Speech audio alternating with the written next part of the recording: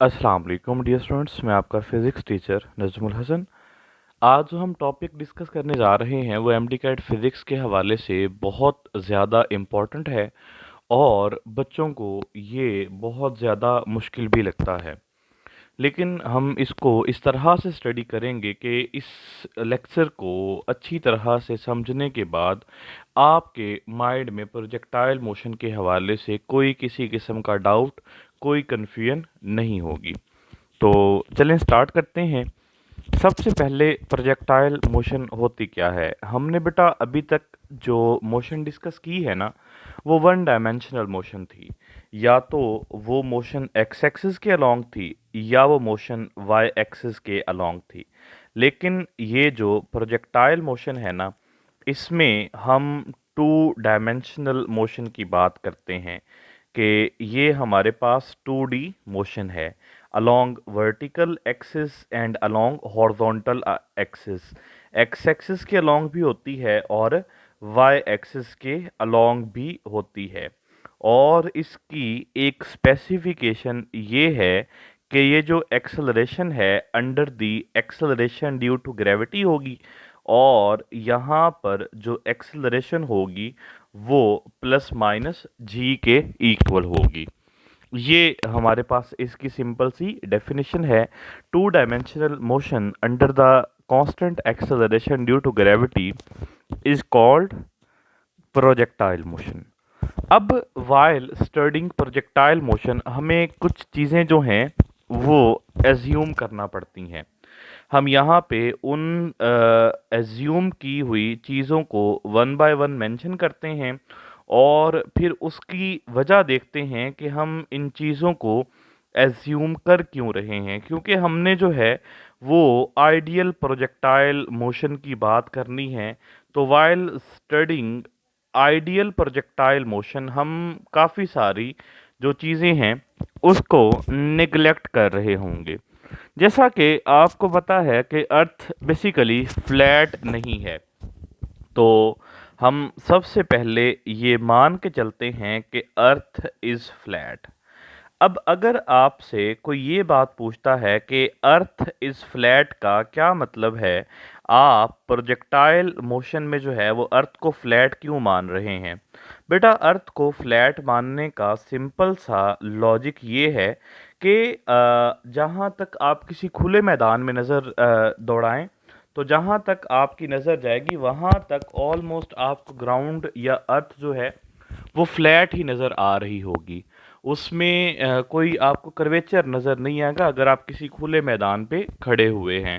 तो सिंपली ये है कि हम basically short range projectile motion की बात करते हैं, क्योंकि जहाँ तक अर्थ फ्लैट होगी वो फिर लॉन्ग रेंज प्रोजेक्टाइल मोशन नहीं होगी, that is short range projectile. जब आप कहते हैं कि अर्थ इज़ फ्लैट तो तब आप ये मान लेते हैं कि हम जिस प्रोजेक्टाइल मोशन की बात करने जा रहे हैं उसकी रेंज जो है वो कम होगी। इसके बाद बेटा सेकंड पॉइंट है, वो सेकंड पॉइंट क्या है? Earth is stationary. हम अर्थ को जो है वो स्टेशनरी मान के चलते हैं। इसकी बेटा क्या वजह है? इसकी वजह ये है कि हमने मोशन डिस्कस करनी है प्रोजेक्टाइल मोशन की, हमने अर्थ की मोशन को जो है वो डिस्कस नहीं करना। तो हम नहीं चाहते कि किसी भी फैक्टर की वजह से जो हमारा प्रोजेक्टाइल है उसकी मोशन डिस्टर्ब हो किसी भी तरह। अच्छा, इसके बाद बेटा नेक्स्ट जो है हमारे पास, हमने प्रोजेक्टाइल को जब लॉन्च करना है या फायर करना है या प्रोजेक्ट करना है तो उसके लिए हमें इनिशियल पुश देना पड़ता है। तो हम सिंपली ये कहते हैं कि वो जो इनिशियल पुश आप दे रहे हैं ना उसको आप लोगों ने इग्नोर करना है। तो हम ये कहते हैं कि initial push is ignored. Initial push is ignored, ये बेटा एक हमारे पास जो है इसकी थर्ड अजम्पशन है। बेटा एक लास्ट अजम्पशन हम इसकी डिस्कस करेंगे, वो क्या है? वो हमारे पास ये है कि बेटा जितनी भी रेजिस्टिव फोर्सेस हैं ना ड्यू टू एयर, उनको हम लोगों ने निगलेक्ट करना है। All aerodynamic forces are neglected. All aerodynamic forces are neglected। ये बेटा हमारे पास कुछ इनकी अजम्पशंस हैं। अच्छा, जब हमने इनको निगलेक्ट कर दिया तो फिर क्या इससे क्या होगा, इससे क्या पॉसिबिलिटी बनेगी? बेटा जब हम तमाम एरोडायनामिक फोर्सेस को नेग्लेक्ट करेंगे तो उनको नेग्लेक्ट करने के बाद हम सिंपली ये कहेंगे कि हमारे पास एक्स एक्सिस के अलोंग कोई फोर्स मौजूद नहीं है। अगर एक्स एक्सिस के अलोंग फोर्स नहीं है तो बेटा एक्स एक्सिस के अलोंग फिर एक्सलरेशन भी नहीं होगा। अगर एक्स एक्सिस के अलोंग एक्सलरेशन नहीं है तो फिर एक्स एक्सिस के अलोंग वेलोसिटी में चेंज भी नहीं होगा। अगर एक्स एक्सिस के अलोंग वेलोसिटी में चेंज नहीं है तो फिर एक्स एक्सिस के अलोंग जो वेलोसिटी है वो क्या रहेगी? कांस्टेंट रहेगी। प्रोजेक्टाइल मोशन में हमें एक बात का तो आइडिया हो गया कि यहाँ पर जो हॉरिजॉन्टल वेलोसिटी है या जो एक्स एक्सिस के अलोंग वेलोसिटी है उसने कांस्टेंट रहना है, या जो एक्स एक्सिस के अलोंग वेलोसिटी है उसमें चेंज ज़ीरो के इक्वल रहेगा, उसमें किसी किस्म का कोई चेंज नहीं होना किसी भी सूरत। अभी जो है हम बात करते हैं ट्रेजेक्ट्री क्या होती है। ट्रेजेक्ट्री के बारे में हम ये कहते हैं कि path followed by projectile is called trajectory of projectile. इसको हम सिंपली क्या नाम देते हैं? Path followed by projectile is called trajectory of projectile.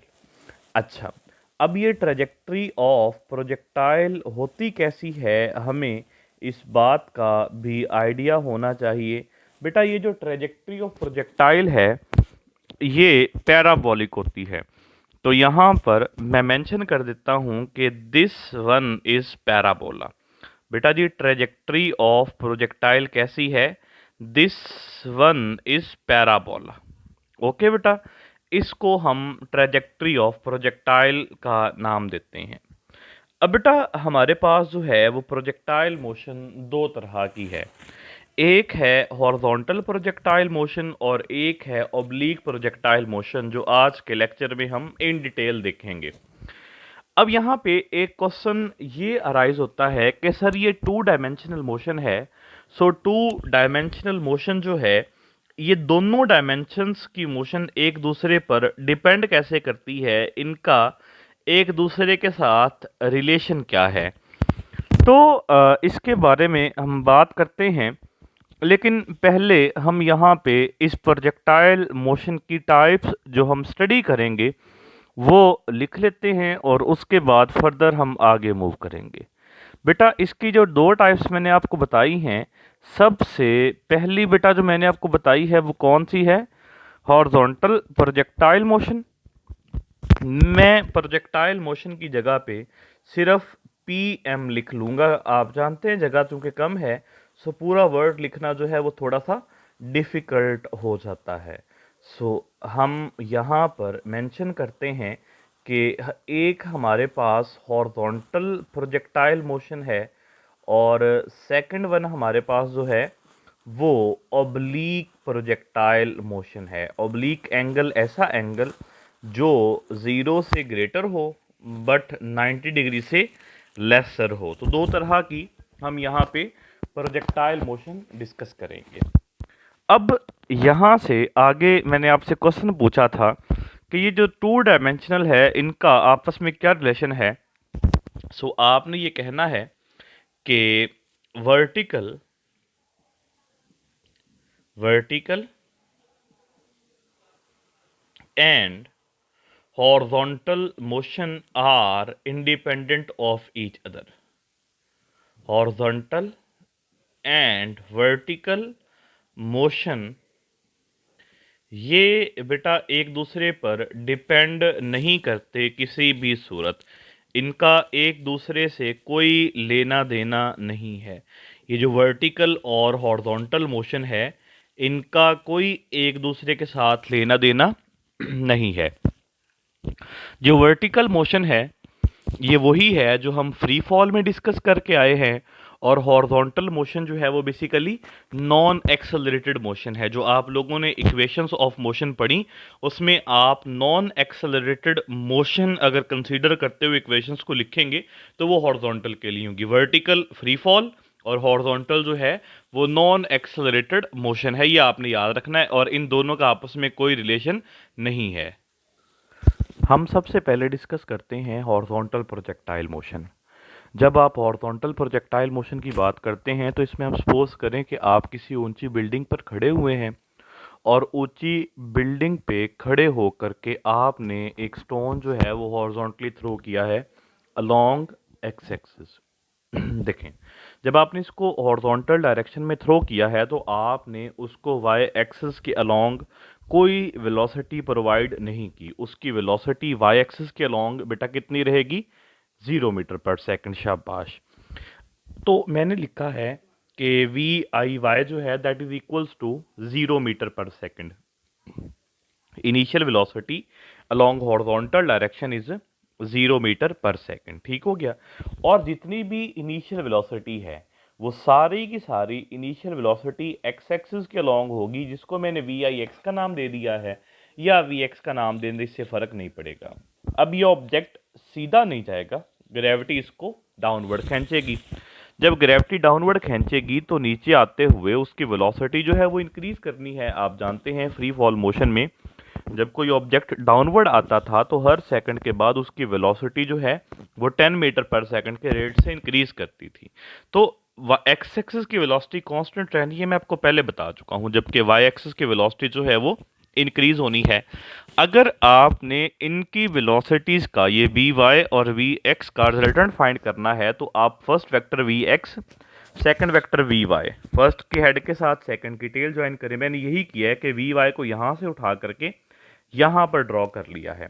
आप एक वेक्टर को एक जगह से उठाकर दूसरी जगह पे ड्रॉ कर सकते हैं, लेकिन आपने दो बातों का ख्याल करना है। एक तो उसकी डायरेक्शन चेंज ना हो, दूसरा उसका मैग्नीट्यूड चेंज ना हो।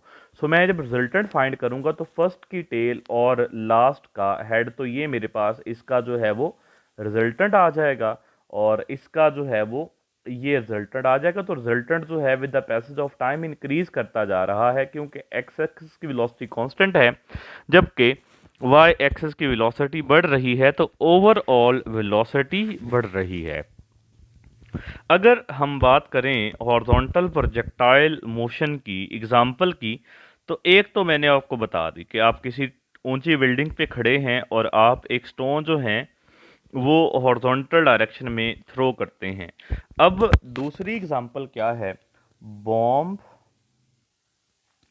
Dropped from moving plane. जब एक मूविंग प्लेन पे हैं और वहां से आप बॉम्ब ड्रॉप करें तो वो बेसिकली क्या बनता है बेटा? Horizontal projectile motion. Bomb dropped from moving plane. अब यहाँ पर हम लोग जो है इस प्रोजेक्टाइल मोशन की बात करते हैं और इसकी जो कैलकुलेशंस करते हैं हॉरिजॉन्टल प्रोजेक्टाइल मोशन के लिए।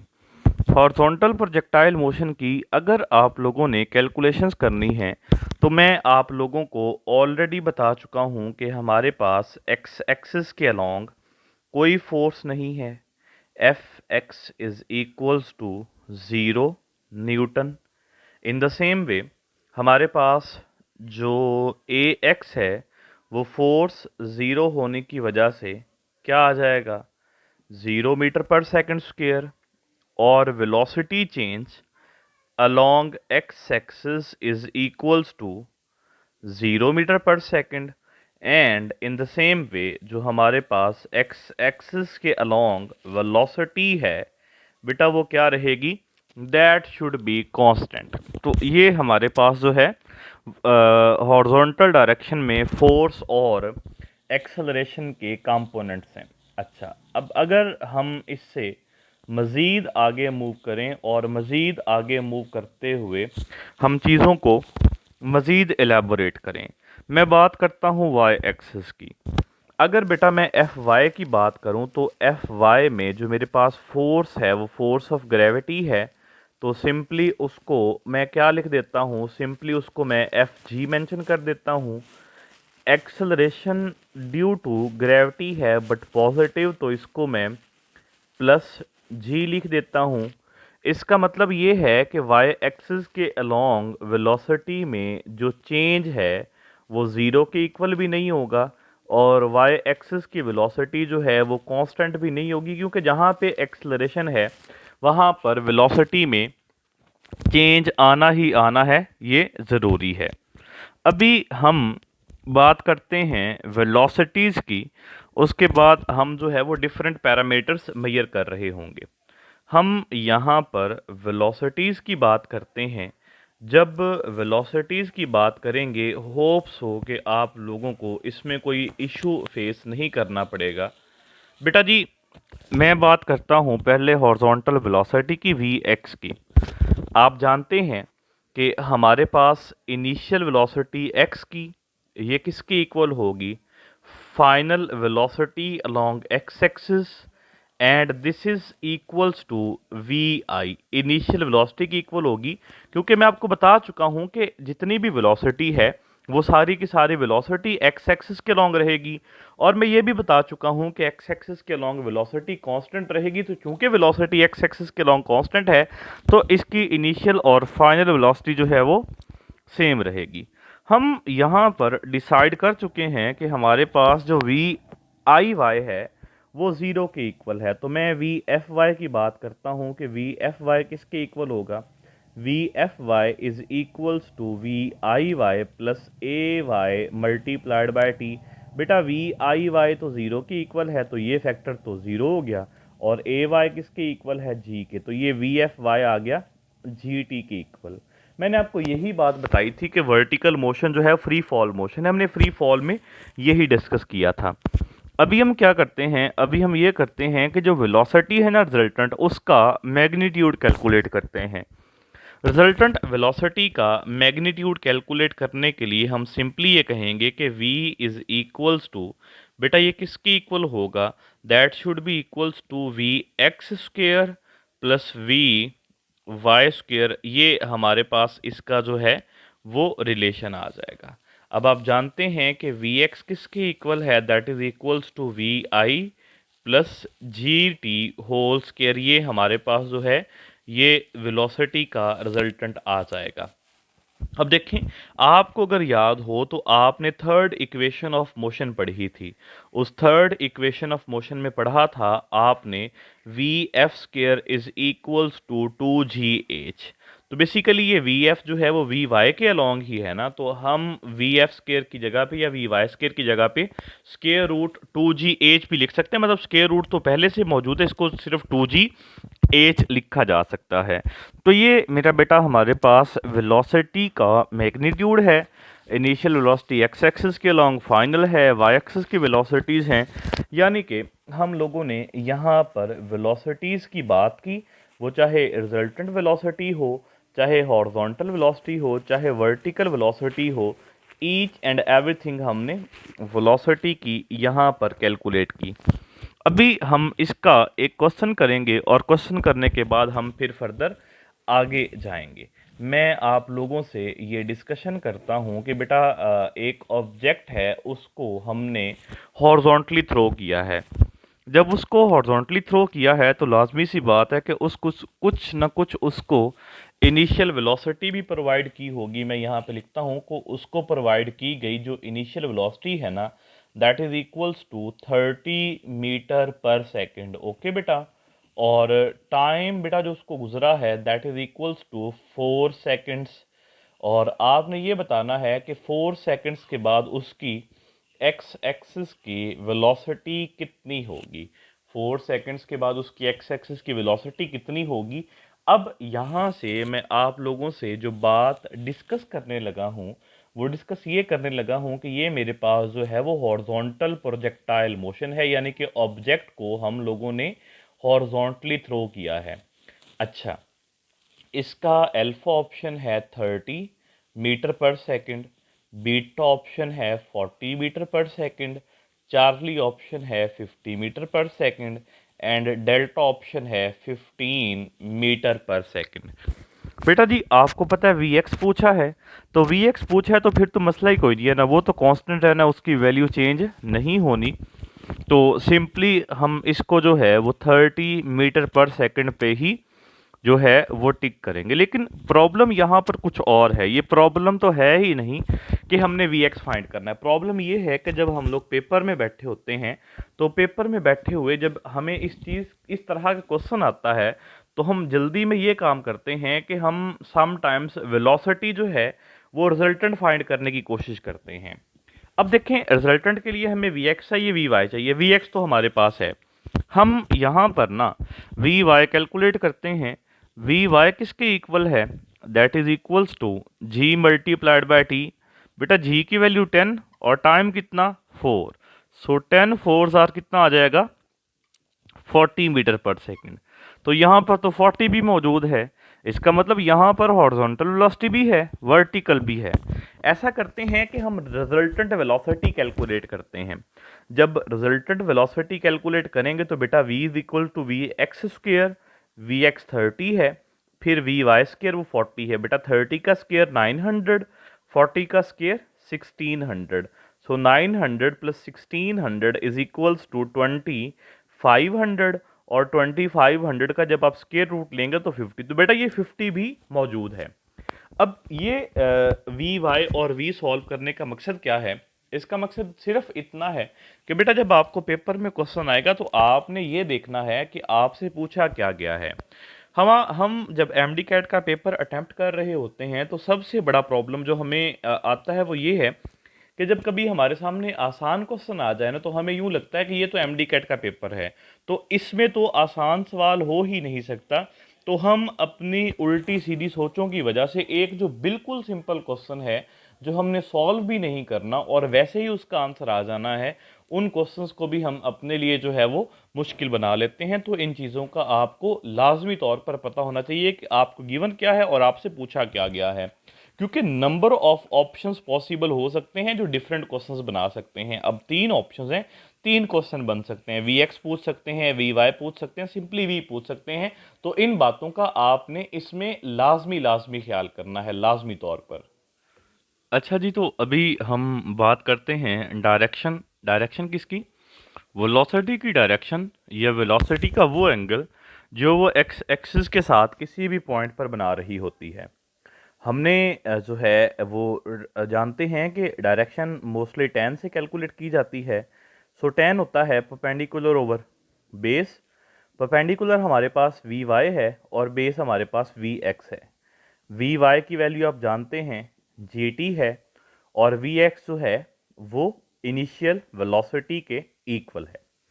अब अगर हम इसके रिलेटेड क्वेश्चन डिस्कस करें तो वो क्वेश्चन को इतना मुश्किल नहीं है। जस्ट ये है कि हर कैटेगरी के क्वेश्चन के बारे में आपको आइडिया होना चाहिए कि आपसे क्या पूछा जा सकता है और क्या आप लोगों ने जो है वो आंसर करना है। तो मैं यहाँ पे इसको डिस्कस करूँगा और मैं कोशिश करूँगा कि ईच एंड एवरीथिंग आप लोगों को इसमें बताता चलूँ। बेटा आप लोगों से ये कहा गया है कि आपके पास जो वी एक्स है that is equals to square root 3 times of we Y. Okay, so phi किसके इक्वल होगा, ये आपसे पूछा गया है। अब हमने फाई की कैलकुलेशन करनी है। सो बेटा आप ये बात जानते हैं कि हमारे पास फाई किसके इक्वल है? Phi is equals to tangent inverse V Y over V X. बेटा जी वी वाई जो है हम वी एक्स की वैल्यू पुट करते हैं तो हमारे पास आएगा टेंजेंट इनवर्स वी वाई की जगह पे वी वाई आ गया, और जो है वी एक्स की जगह पे square root 3 of we y आ गया। बेटा वी वाई से कैंसिल आउट हो जाएगा। हमारे पास बचेगा स्क्वायर रूट 3 डिनोमिनेटर में, और आपको पता है कि tan inverse 1 over square root 3 जो है ये बेसिकली हमारे पास tan 30 के इक्वल होता है, या 30 डिग्री पे हमें ये वैल्यू मिलती है tan की तरफ से। तो 30 डिग्री इसका आंसर आएगा। अगर इसको रेडियन में लिखना है तो आप जानते हैं कि ये पाई बाय 6 रेडियंस के इक्वल होगा। अगर आप इसको रेडियन में लिखना चाहें तो ये किसके इक्वल होगा? पाई बाय 6 रेडियन के इक्वल। अच्छा, अभी हम बात करते हैं डिस्टेंसेस की, वर्टिकल और हॉरिजॉन्टल डिस्टेंस दोनों की। तो मैं यहाँ पर डिस्टेंसेस की बात करता हूँ और कोशिश करूँगा कि इसमें भी आप लोगों को ईच एंड एवरीथिंग जो है वो समझा करके आगे चलूँ। डिस्टेंसेस, बेटा जी हॉरिजॉन्टल डिस्टेंस के लिए मैं x लिख लेता हूँ और वर्टिकल डिस्टेंस के लिए मैं y लिख लेता हूँ। सो मैं पहले वर्टिकल डिस्टेंस कैलकुलेट करता हूँ, फिर हॉरिजॉन्टल डिस्टेंस कैलकुलेट करता हूँ। तो बेटा ये देखें कि मेरे पास जो वर्टिकल डिस्टेंस है वो आ जाएगा y is equals to V I Y according to second equation of motion multiplied by t plus half A Y T square. बेटा आप ये बात जानते हैं कि हमारे पास वी आई जो है वाई ज़ीरो की इक्वल है, तो ये ज़ीरो हो गया। सो बेटा ए वाई किसकी इक्वल है? दैट इज इक्वल्स टू जी, या आ जाएगा हाफ जी टी स्क्वेयर। जी की वैल्यू बेटा 10 होती है, सो 10/2 कम्स टू बी 5। ये हमने पढ़ा था बेटा फ्री फॉल मोशन में कि हमारे पास फ्री फॉल मोशन में जो हाइट है वो हाफ जी टी स्क्वेयर की इक्वल होती है, तो वो आ गया बेटा। इसी तरह से अगर हमने हॉरिजॉन्टल डिस्टेंस फाइंड करना हो तो हॉरिजॉन्टल डिस्टेंस के लिए मैं x लिखूंगा, सेकंड इक्वेशन ऑफ मोशन का यूज़ करेंगे, V I X multiplied by T plus half A X T square. तो बेटा अब ए एक्स तो ज़ीरो की इक्वल है, तो ये सारा फैक्टर ज़ीरो। सो हमारे पास x किसके इक्वल आ गया? That is equals to V I multiplied by T. हमें x लिखने की ज़रूरत नहीं है वी आई के साथ, क्योंकि हमें पता है कि वी आई जो है वो वी आई एक्स के इक्वल ही है। बेटा ये हमने जो है वो डिस्टेंसेस फाइंड कर लिए। अभी इसके बाद जो है हम टाइम की बात करते हैं कि टाइम आप किस तरह से कैलकुलेट कर सकते हैं, और टाइम में आप जो है वो किन किन फैक्टर्स पे टाइम डिपेंड करेगा। तो मैंने आपको सबसे पहले बेटा वेलोसिटीज़ कैलकुलेट करवाई, फिर डायरेक्शन की बात की, और फिर मैंने जो है वो डिस्टेंसेस की बात की। अब इसको अर्थ या ग्राउंड पे रीच करने के लिए कितना टाइम रिक्वायर्ड है वो फाइंड आउट करेंगे। बेटा आप ये बात जानते हैं कि हमारे पास जो y है that is equals to half G T square. अब ये 2 जो है वो राइट साइड पे मल्टीप्लाई डिवाइड है, लेफ्ट साइड पे जाके मल्टीप्लाई हो जाएगा, और g जो है वो डिवाइड है तो इधर आके मल्टीप्लाई इधर आके डिवाइड हो जाएगा। ये टी स्क्वेयर है तो स्क्वेयर को ख़त्म करने के लिए हम दोनों साइड पे स्क्वेयर रूट ले लेंगे, तो ये हमारे पास टाइम का फॉर्मूला आ जाएगा, टाइम टू रीच ग्राउंड। अभी हम इसके रिलेटेड जो हैं हॉरिजॉन्टल प्रोजेक्टाइल मोशन के रिलेटेड कुछ क्वेश्चंस की प्रैक्टिस करते हैं। हमारे पास पहला जो क्वेश्चन है वो ये है, a plane moving horizontally at a height of 80 metre with 150 metre per second drops a bomb x will be equals to, यानी कि आपने इसमें हॉरिजॉन्टल डिस्टेंस कैलकुलेट करना है। आप जानते हैं कि जब आपने हॉरिजॉन्टल डिस्टेंस कैलकुलेट करना होता है तो हमारे पास जो x कैलकुलेट करने का फॉर्मूला है ना, that is equals to x is equals to V I multiplied by T. अब प्रॉब्लम ये है कि यहाँ पर ना टाइम गिवन नहीं है। जब टाइम गिवन ना हो तो हमें पता है कि हम सिंपली ये रिलेशन यूज़ कर लेते हैं 2y ओवर जी। अब y जो है वो बेसिकली वर्टिकल डिस्टेंस है, तो वो बेसिकली h हमें गिवन है। वी आई कितना है बेटा? 150। y की वैल्यू कितनी है? 80। 82 आर 160 डिवाइडेड बाय जी 10 की इक्वल है, तो ये हमारे पास 16 आ जाएगा। 16 जो है वो हमारे पास इसका स्क्वायर रूट 4 की इक्वल आ जाएगा, और जब आप लोग 150 को 4 से मल्टीप्लाई करेंगे तो it comes to be 600 metre. तो ये 600 मीटर जो है हॉरिजॉन्टल डिस्टेंस कवर करेगा। एक क्वेश्चन इसमें ये भी पूछा जाता है कि an aeroplane drops a bomb exactly above the target, the bomb Mrs इस टारगेट ड्यू टू, कि एक बॉम्ब है, एक एरोप्लेन है जो कि टारगेट के बिल्कुल ऊपर जो है वो बॉम्ब ड्रॉप करता है, लेकिन उसके बावजूद जो है वो बॉम्ब अपने टारगेट को मिस करता है। इसकी वजह क्या होती है? इसकी वजह बेटा यही है कि पहले प्लेन मूव कर रहा है, उसके साथ साथ उसके अंदर जितने भी ऑब्जेक्ट्स हैं इंक्लूडिंग बॉम्ब वो भी मूव कर रहे हैं, तो उनके पास हॉरिजॉन्टल वेलोसिटी कुछ ना कुछ मौजूद है। तो वो बॉम्ब जो अपना टारगेट मिस करता है, वो मिस करता है किस वजह से भला? अपनी हॉरिजॉन्टल वेलोसिटी की वजह से। तो हॉरिजॉन्टल वेलोसिटी की वजह से जो प्लेन है वो अपनी जो है वो टारगेट को मिस कर देता है। हम यहाँ पर एक और एमसीक्यू डिस्कस करते हैं, और इस एमसीक्यू में हम देखेंगे कि हमने जो है वो टाइम फाइंड करना है। अ बॉम्ब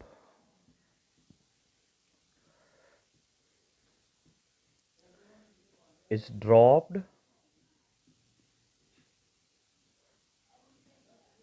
from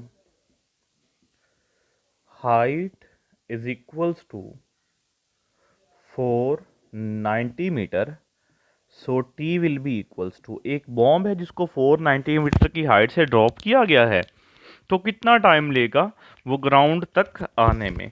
तो बेटा हमारे पास जो टाइम का फॉर्मूला है that is equals to square root 2 times of Y या एच ओवर जी। बेटा वाई कितना है? 490 मीटर। सो और इसको सिंपली हम 9.8 लिख लेते हैं ताकि हमारे लिए कैलकुलेशंस आसान हो जाए। आप इसको जो है वो लिख लेंगे 10 भी तो कोई इशू नहीं आएगा।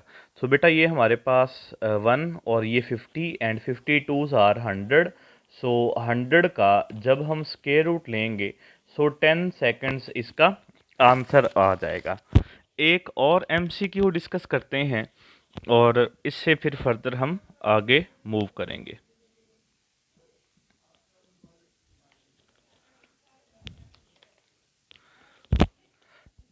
Two balls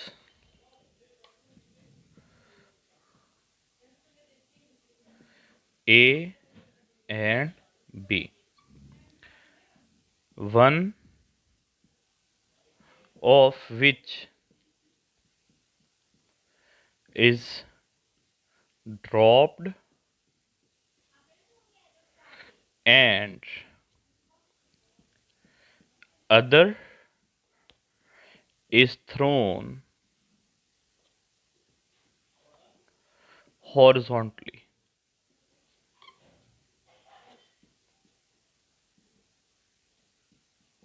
Which will touch the ground first? Which will reach ground first? बेटा इसमें कहा गया है कि दो बॉल्स हैं, एक बॉल ए है एक बॉल बी है, और आप एक हाइट पे खड़े होके एक बॉल को वर्टिकली डाउनवर्ड ड्रॉप करते हैं और दूसरे को हॉरिजॉन्टली थ्रो करते हैं। तो कौन सी बॉल जो है वो ग्राउंड को पहले आके टच करेगी? हमें पता है कि बेटा टाइम जो है ना वो किस पे डिपेंड करता है, एक तो वर्टिकल डिस्टेंस पे और एक ग्रेविटी पे, क्योंकि दोनों के केस में वी आई वाई जो है वो ज़ीरो की इक्वल है। तो दोनों के लिए हाइट भी सेम है, वर्टिकल डिस्टेंस भी सेम है, जी की वैल्यू भी सेम है। तो ये दोनों वैल्यूज़ सेम होने की वजह से हमारे पास दोनों जो हैं वो साइमल्टेनियसली एक ही टाइम में आके ग्राउंड को टच करेंगे। अब जिस ऑब्जेक्ट को हॉरिजॉन्टली थ्रो किया है उसके पास स्पीड तो ज़्यादा होगी क्योंकि वर्टिकल वेलोसिटी भी होगी और हॉरिजॉन्टल भी, जबकि जिसको सिर्फ ड्रॉप किया है उसके पास सिर्फ वर्टिकल वेलोसिटी होगी, हॉरिजॉन्टल वेलोसिटी नहीं होगी। तो लेकिन उसके बावजूद भी जो हॉरिजॉन्टली थ्रो किया है उसने कुछ हॉरिजॉन्टल डिस्टेंस भी तो कवर करना है ना, उसने तो वर्टिकल डिस्टेंस कवर ही नहीं करना। तो दोनों जो हैं वो सेम टाइम पे आके ग्राउंड को हिट करेंगे, ये बात है। बेटा ये हमारे पास हॉरिजॉन्टल प्रोजेक्टाइल मोशन की कुछ बेसिक्स थी। इसके बाद हम ऑब्लिक प्रोजेक्टाइल मोशन जो है वो नेक्स्ट लेक्चर में देख रहे होंगे। तब तक के लिए अल्लाह हाफिज़। अगर आपको इस टॉपिक में जो आपको यहाँ पढ़ाया गया है इसमें कोई इशू हो, कोई प्रॉब्लम हो तो आप कमेंट सेक्शन में पूछ सकते हैं। अल्लाह हाफिज़।